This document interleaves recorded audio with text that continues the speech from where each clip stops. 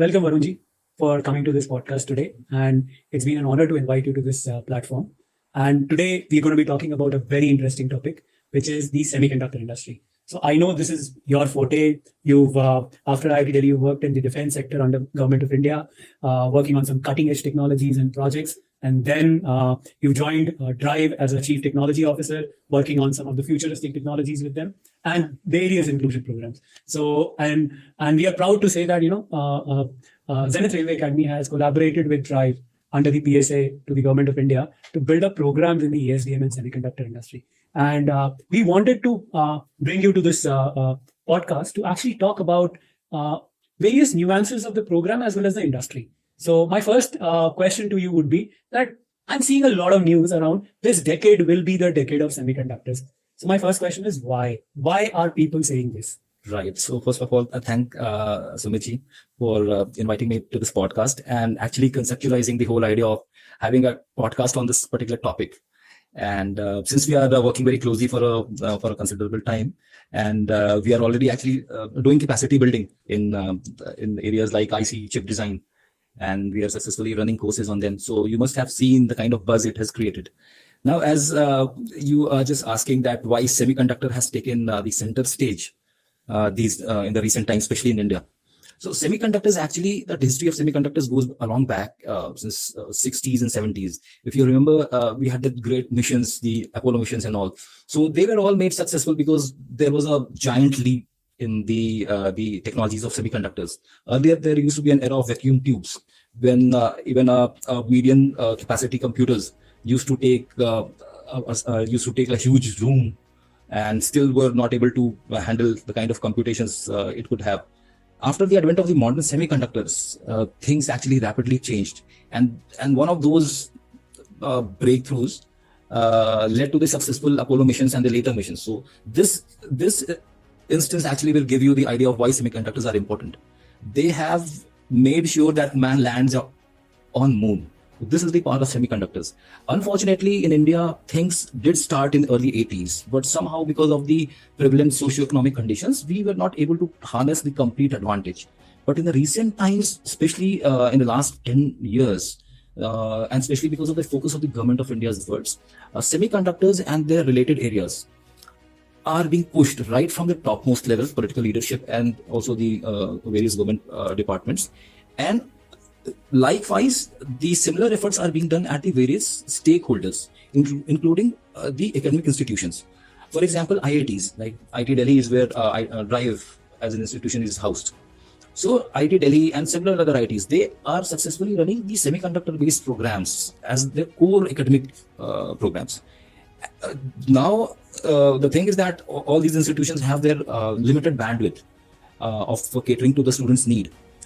But the kind of revolution we are looking at the semiconductor industry these days, and the kind of requirements which is coming up, especially in India and also in other countries, it is so massive that it is not possible for the institutions, the traditional institutions like academic institutions like IITs or NITs and other institutions, to cater to this massive demand.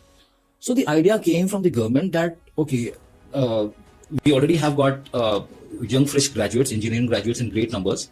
So they have a basic element of the eligibility or training imparted to them in the engineering and technology field. Can we build upon their existing technology skills and take them up to the level of what is required by the semiconductor industry? So this particular idea actually galvanized, and in the recent times we can see so many newer programs coming up by various institutions. But the DRIIV, since being it is the flagship program of the PSA, and this whole idea of the impetus to semiconductor is mainly driven by the government's effort, and DRIIV being the part of the government. So the training programs which we are actually planning to roll out is very similar to the thought process of the government. Okay. So this is the whole background of the semiconductors thing happening in India. So we'll talk about the training programs in a while, but as of now, Indian government has committed close to about $10 billion to catalyze the industry growth. And electronics market in India is expected to go to 400 billion. That's massive numbers we're talking about. Correct. So I wanted to first understand how this transformation due to government impetus is going to be catalyzing the growth. in the industry. So what is it that you're seeing in next 5 years happening in India because of this priority set up by government called Semiconductor Mission of India? Right. So, government's idea of spending such a huge number or allocating such huge budget for semiconductors is based on a very well thought out plan and the study. The crux of the study is that the semiconductors are powering this whole world. The modern technology world is being powered by semiconductors. So all the modern gadgets, including your computers, quantum computers, your IoT devices, your EVs, your solar panels, everything is being driven by semiconductors. In fact, the NVIDIA story is only one part of that. That okay, and that now that in addition to the CPUs, now the GPUs have taken over, which earlier used to. So GPUs are essentially made for the gaming purpose, but their processing abilities are so huge that they are being deployed for massive data crunching, for the AI-based activities and the formation of various models and training those models. So, in fact, I'd just like to add one point here is that after this DeepSeek revelation, I strongly see that there is a very good opportunity case shaping up for countries, smaller countries as well, who do not have or are not in a position to spend billions of dollars into this. If China can do it at a fraction of cost of what US did, I think there is a very good opportunity case for India as well. Provided we actually crack this. Right. Very true. So you are absolutely bang on that. If we are able to crack that semiconductor puzzle of how to make those high ability processors here in India, then India will definitely take a leap on the technology fronts. Very recently, our Honorable Prime Minister was in Italy, or was in France, and he was co-chairing the AI summit along with the French President.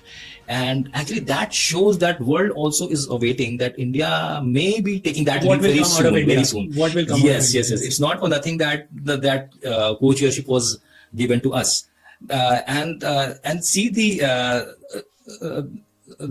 understanding of modern technologies at the highest level. When our Prime Minister was speaking in the summit, and the things which he told the audience at that point, the people were actually taken aback when he was giving the example of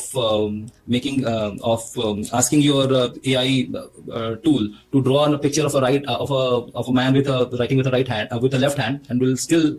The answer will come mostly that you'll have a picture with a person writing through his right hand. So that is the kind of a complexity which even our top leadership understands. That actually makes sure that the leadership also understands the importance of semiconductors, which gets reflected in the budget which you have seen in the recent times allocated to the India Semiconductor Mission, or missions like electronic system design and manufacturing policies, PLI schemes. These whole bunch of activities which has happened in the last 10 years has actually galvanized the whole sector. And I give you one small example. 10 years back, there was only one or two smaller companies in India which were making mobile phones, smartphones. Now, India has taken a giant leap, and we are exporting good amount of smartphones. The critics say that, okay, we are only assembling the things and the components are still not made here. But the process has actually started. Our production line is now quite ready to do the final assembly things, and the next phase will be all about the manufacturing of the components. So this semiconductor mission, in which around $10 billion has been given by the government, is all about making those semiconductor components in India.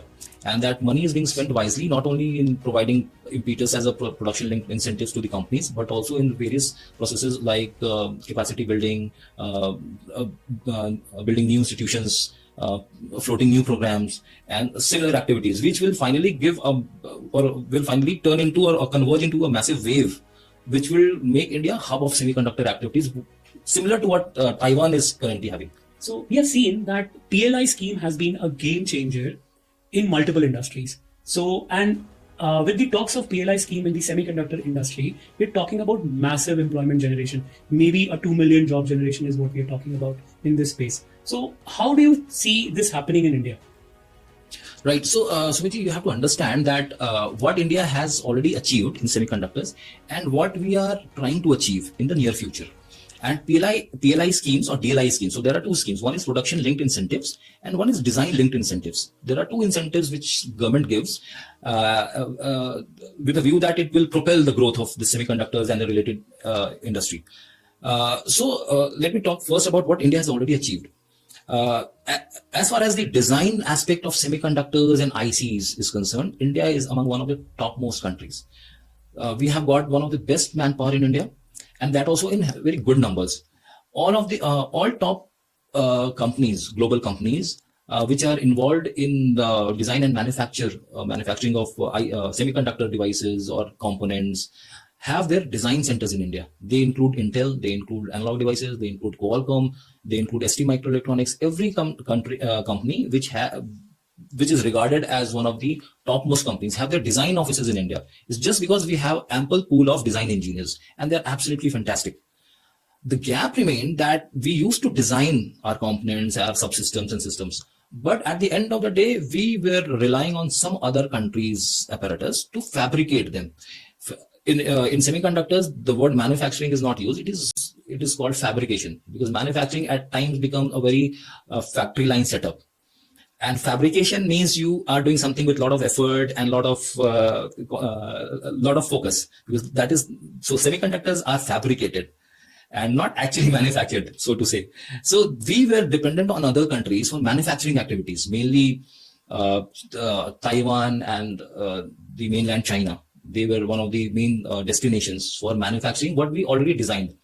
So design aspects, and then what used to happen, being one of the fastest growing economies in the world, so we used to design, then send things abroad for fabrication, then again we used to import it, which was the pain point, especially during the COVID when the supply chain interruptions happened. That in the automobile industry. Yes, not only in the automobile industries, but also in the biomedical sector also, because they are also being run by very specialized, or it is called ASIC, application specific ICs, ASIC components of semiconductors. So they were also hampered, that their growth hampered, or even the normal production got hampered during the COVID time.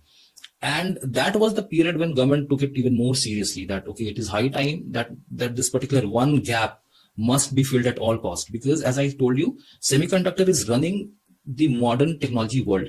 So semiconductors are powering your hospital devices, they are powering your automobiles, they are powering your defense apparatus, they are powering your modern fighter jets, they are also powering your power generating stations and their maintenance, the SCADA centers and all. So everywhere semiconductors is at the heart of all the modern gadgets you can just think of. So it is very important that being the fastest growing economy, and also being at a very special geopolitical location in the southeast of Asia, where we have not so good friendly neighbors, we have our own setup or a self-reliant setup of this semiconductor activity. So designing we were already doing, and we are absolutely fantastic. All we needed to have a complete setup of our fabrication also, because it's not only strategically important, but economically also we were losing out money, because we were sending the design and the products were coming in, and we were spending. So our import bill of electronic components was just after the value of our crude oil bill. So this is the quantum of money we are already spending. Okay. And if we take some pain in having those fabrication infrastructure here in India, initially, obviously, it will be a massive cost will be involved. But the multiplier effect and the things which will be gaining in a longer duration will offset all these cost implications. And ultimately, we'll be reaching the stage where we should be, being self-reliant on the semiconductors space. Okay. So you talked about that we had talent who could design the ICs, but the fabrication capabilities were fabrication capabilities in India are not that high right now, because there are two aspects. Design is still a little less capital intensive. All you need to have is good kind of computer and a good quality of EDA. EDA stands for Electronic Design Automation, EDA tools. And that's it. We are good to go for the design aspect. But one fabrication thing has to be taken care of. So the entire infrastructure itself costs a huge amount of money, because semiconductors. So very first thing is that the semiconductors require the kind of cleanliness, which in India it's a little difficult. The kind of clean rooms which we require for fabricating purpose itself is a massive job. So creating those kind of infrastructure itself is an issue.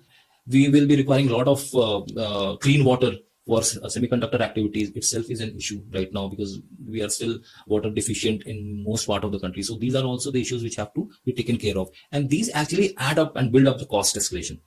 But now, thankfully, the government of India understands that these pain points we have to tackle it at some point of time.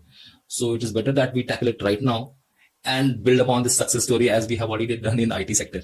I think the success story has already begun to unfold right now with global giants ready to invest heavily into the semiconductor manufacturing in India. I would say fabrication in India. So a lot of global giants have already expressed interest and are setting up their bases in India. So now I would like to ask you a specific question that seeing the fabrication aspect of semiconductor growth in India, what is the kind of skills and talent requirements do you foresee in coming future? Right. So I would answer this question not only from the semiconductor fabrication point of view, but I would like to bring in the whole of electronic system design aspect. And one of those component will be the fabrication and packaging part of the semiconductors, because ultimately the professionals which will be getting into this field will have a much broader career options, which will be more fulfilling for them also, and they will feel even more confident, because government of India is not only running the PLI schemes for the semiconductors, but those PLI schemes are also equally good for the electronic system design and manufacturing. And when we say electronic system design and manufacturing is a core word here. Design, as I said, we are already a global power. Manufacturing is something which we are lacking. So ultimately, the goal is not only to manufacture semiconductor. The goal is also to make semiconductors which can be used in some kind of application. And those applications can be of various types. Various sector specific. So that's why electronic system design and manufacturing is something like a solar system. So ESDM stands as a sun, and and other things revolve around it. So when anybody is thinking of coming in this field, he must be having a bird's view of this whole exercise, that what he is going to manufacture or what activities he's going to get in is ultimately leading him to that particular part. So if I've understood it correctly, you're trying to say that ESDM will be the hub, and the catalytic effect of that particular hub due to ESDM will be seen in across the sectors. Absolutely. Be it automobile, medical technology, could be, I would say, construction, civil, mechanical. Each of the sectors that we are talking about here will be seeing a massive impact, and there will be a lot of opportunities coming up in various sectors for professionals who have an understanding of ESDM technologies. Right. In fact, when the assessments were made that is it high time that activities like semiconductor fabrication processes be encouraged in India. So one of the points which came up and which finally drove this whole idea to the final lines is that India, the consumption of those components in India is huge. The domestic market itself is huge. And the kind of electronic goods which are being consumed here in India is also of various levels, right? From the hospitality, hospital sector to solar industry to EV. And these all sectors are actually growing very rapidly. So everywhere there is a demand of the semiconductor components. And hence, essentially, ESDM sector is going to drive the semiconductor fabrication business in India. So economics is very important in understanding the semiconductor, the growth path of semiconductor industry. So whoever is interested in the semiconductor activity and its design aspects, its fabrication aspect, must have an understanding of that these components, the semiconductor chips are finally going to get into some final placing in some kind of an electronic product. And then they will have a more broader idea. Otherwise, having a very narrow viewpoint that, okay, semiconductor fabrication is happening and all only such small stuff, that won't allow them to realize the importance of semiconductors. So this is the whole idea, that to understand the importance of semiconductor fabrication, please understand that where they are being used and why there will be a massive demand of those sectors. Great. So now what we've done is we've tried to decode the problem. We've looked at the need, we've looked at the opportunity, and let's look at the solution now. So I would like to reiterate here by saying that DRIIV and IIT Delhi, Department of Electrical Engineering, have developed a program to do upskilling for engineers who are either looking for a career or who are already in the industry of semiconductors at various job roles. So I would like to ask you that what is the thought process behind building this particular program? Right. Nice. This is the question I was expecting actually. And see, as you're aware how the DRIIV is placed in, and we work very closely with IIT Delhi. One reason being we are hosted by IIT Delhi, and also we are running successful programs with IIT Delhi, various departments including CART and Department of Electrical Engineering. IIT Delhi, as electrical engineering department, has a great legacy of conducting semiconductor related courses for more than 3 or 4 decades. In fact, you will be pleasantly surprised that some of its alumni are the global CEOs of the semiconductor industries. Like Cadence is one of the biggest EDA company, electronic design automation company, on whose software the design thing happens in the. Its global CEO is of IIT Delhi's semiconductors program. That's great. Micron, which has agreed to establish its fabrication unit in Gujarat, its global CEO also happens to be our alumni of IIT Delhi's semiconductors. And we are working very closely with them, getting their inputs of what should be done and what you as an industry professional you expect from from fresh students or young professionals, what skill sets they should be having. So these are the inputs we actually get from IIT Delhi. Especially from the Department of Electrical Engineering. So that means that all the people who are looking at considering this particular program will be getting a chance to learn from the insights from the leaders. Yes, absolutely correct. So these programs have gone through their experienced eyes, and some kind of real inputs have come and have found a place in the whole syllabus and the scheme of the things. In fact, it was their idea to make sure that some kind of hands-on experience on world's best instruments should be imparted.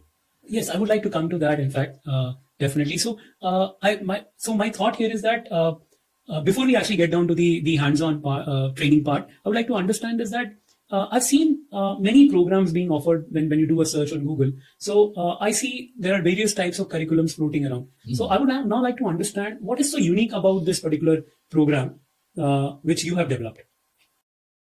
Right. So, since the wave of semiconductors has gripped the nation, so all in every corner of the country, institutions are being encouraged to start similar programs. Most of the programs are doing extremely good, but we are quite conscious of two things. First is that this program is being offered by DRIIV, which is a flagship program of the PSA, Principal Scientific Advisor to the Government of India. So we are having the ears to what Government of India actually wishes to see in the skilling program. Absolutely, absolutely. This is one of the things which completely differentiates our skilling program. We are absolutely being guided by what the government wishes. So so there is no scope for any contradiction. There is absolutely no scope of any contradiction. And the best part is that government is taking inputs from the global leaders themselves. So the inputs are coming from global leaders. Companies not, and you'll be surprised that our PSC office, Principal Scientific Advisor, Professor Ajay Sood, himself has hosted top global semiconductor instrumentation companies. Those companies who manufacture the instruments for fabrication, like Lam Research. And in near future, hopefully, we'll be having representation from other good companies like Tokyo Electrons and all. They also have given inputs of what should be done. And from there, we are getting these kind of inputs. This, I think, is one of the most unique aspects. In fact, that establishes this program as a leadership or thought leadership. Yes, exactly. Absolutely right. Which other programs can also follow. Right, absolutely correct. So our whole idea is not to make only a professional in the semiconductor field. We are here to make the leaders who will be leading this semiconductor wave in India. Great. We are not only making the resource person and the trained skilled manpower. So we are not limiting just. We are here to make the leaders who will be leading this whole show of semiconductor business in India. Brilliant. So this is the whole idea. Because as I said, we are having ears with the government's topmost body, the Principal Scientific Advisor, who meets all kind of brilliant people from across the world. And from there, he gets the input and it trickles down to us. From there, we take the relevant points and then we have made this whole exercise. And this is where we stand out from others. So tell us about the learning journey of a person who would take up this course program. Right. So, Sumitji, the course has been made in such a way that it will gradually start with the basics and the fundamentals, because that is the crux of everything. Everything starts with the basics. Then gradually, it will take a little traction, because ultimately we are trying to hit the ceiling, which is very uncommon in India. So we have to rapidly ramp up the things. So although it will be starting from the basics, but very quickly it will take some traction, and it will delve on topics like critical system level issues, including signal integrity, power integrity, EMI, EMCs, then system level design and modeling, what is its importance, how one should look at it, why it is relevant for a systems perspective. So this falls under the category of the ESDM broad way. Then it will also delve into the component level, semiconductor component level issues and their fabrication. So advanced fabrication processes will be discussed, advanced packaging technologies will be discussed, and that will give them the flair of how tough it is, but also that how when these components are being manufactured, how it is taking a final shape and where it should be landing in the final placements. So the candidate will have a fairly good idea of the whole picture of the picture of the universe of this entire ESDM and its related sectors like semiconductors. That is why I think why this is now a 100 hours program. Exactly. So to do the justice to every smaller subtopics, we need to devote time, because people also will be able to absorb this particular thing only when it is taught in a little detail, because these topics are a little complex. But once understood, they are absolutely easy to implement and grab. So, okay. So I would also like to understand that who should be attending this particular program? Is it meant for freshers engineers who recently passed out their engineering and looking at starting a career in the semiconductor industry? Or is it a program that has been designed, which is, because what I could make out from your statements is that this is not a basic program, which you can actually find on Google or on probably YouTube and study from it. So this is a fairly intermediate to an advanced level program. So I wanted to understand, is this program meant for working professionals who are already having 5, 6, or even 10 plus years of experience in the semiconductor industry, either working as an embedded engineer or an analog engineer or maybe a fabrication level engineer? So is it meant for the working professionals, or is it a program designed for freshers? Right. So freshers are always welcome because we are starting with the fundamentals. It's just that there will be a little traction, or rapidly it will rise up. But then freshers do have that energy of latching it to it, because ultimately they are going to develop that kind of skill sets which is desperately required in the industry, and industry is more than willing to spend or willing to take those young people who have mastered this art. So if freshers are taking up these courses, they should be more than encouraged. In fact, we were discussing about doing some pre-course preparation modules, maybe few hours of sessions. Oh yes, very true. If required, such kind of small quick sessions will be given to them for no extra cost at all. And the whole idea will be to see this. The whole idea is to change their mindset. They are being the freshers, they may not be knowing how the industry actually functions. They are more adept at their theoretical part of what they have been imparted in their college. So to give them a fair idea of how industry works, how things are tackled at the industrial level. So these things has to be inculcated in their mindset. And this will be the whole idea of this preparatory kind of course, if it is at all required. But coming back to your question, that what other people should look at this course. See, fabrication and ESDM sector is very new in India. We require people at all levels.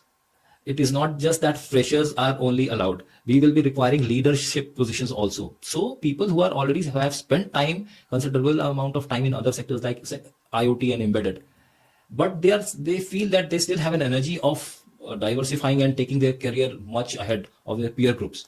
Because other groups are quite, they are stagnating. They are stagnating or have at least plateaued. Now, this is an area which has just started. And as you can understand, there will be multiple roles, and all the roles will be mainly empty at this point of time. In fact, it will always be a first mover's advantage. Right, absolutely correct. Working professionals will have absolutely. if they upskill themselves. Yes. So while working in their own parent industry, they have already gathered that knack of being a manager or being a leader or something like that in their field. It's just that once they hone their skills with these relevant technologies and clubbed with their experience, they will be even more than will be welcomed in a better position in these industries. In fact, not only in India, but I think that globally. Yes. Because these activities are also happening in our friendly countries, nearby friendly countries like Vietnam. If you have seen the recent reports, many companies have translocated from China mainland to countries like Vietnam and Philippines. Yes. So and they are very friendly countries. So there is always a chance that once you have such kind of good manpower with great experience, you are welcome there. Yes. So my few final questions I would like to ask you is that great courses are always driven by great mentors. So I would like to talk about the faculties now. Right. So how are we balancing the academia and the industry in this particular course program? So as I have already told you that IIT Delhi, we take a lot of inputs from them. The course coordinator and will also be from the electrical engineering department of IIT Delhi. He will be overlooking the course.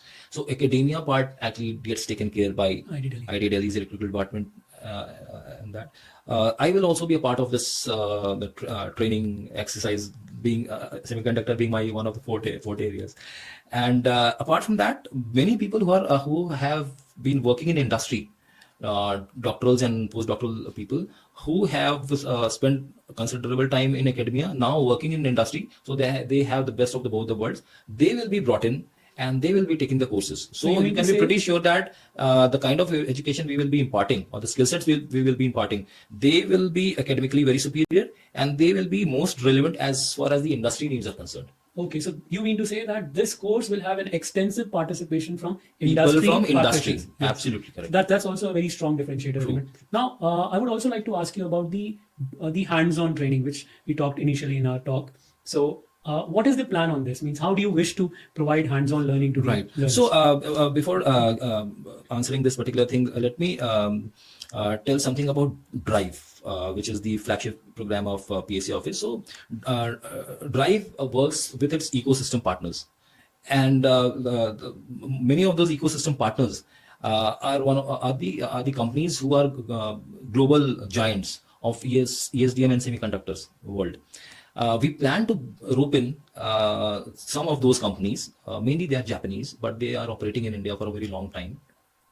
And through them, we will be imparting them the kind of the hands-on experience on their instrument sets, their state-of-the-art devices, along with the trainers from the industry themselves.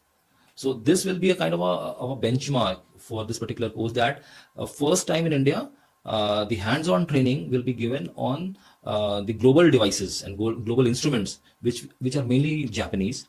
The trainers for this particular hands-on exercises will also be from those particular companies themselves. So this will be one of the most unique experiences. This generally hasn't happened ever in India's other training programs. So for guys who are still guessing which are the companies, so there are two clues. One, they're going to be Japanese. There will be global instruments and technologies which you'll be getting trained upon. So one final word I like to have from you about this program. If there are people watching this particular podcast of yours and actually considering to join the course program, what is your one message to them?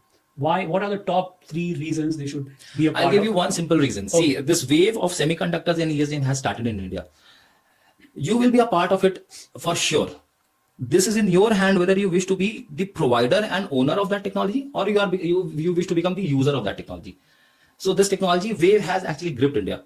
Semiconductors, ESDM, modern devices, modern sci-fi gadgets are the reality of modern India and modern world also.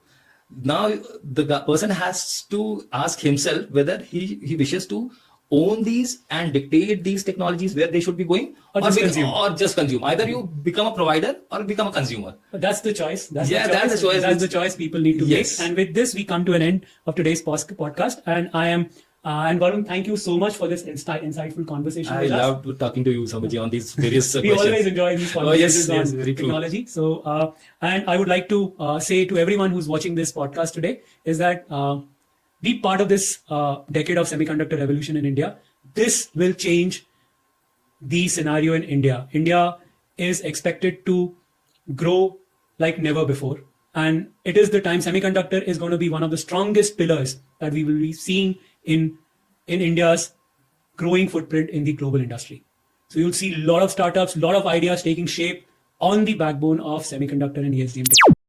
India's electronics manufacturing has surged in the past decade, reaching 8.22 lakh crore in financial year 2023. With ambitions to achieve $500 billion in output by 2030, the industry is poised to create 12 million jobs by 2027. Introducing the executive program in ESDM and Semiconductor Technologies by DRIIV, IIT Delhi's Department of Electrical Engineering and Zenith Railway Academy. Whether you're an electronics engineer aiming to deepen your expertise, an industry professional seeking to stay ahead of technological trends, or a graduate aspiring to specialize in semiconductor manufacturing sees the opportunity to be at the forefront of India's electronics revolution. Enroll now and shape the future of technology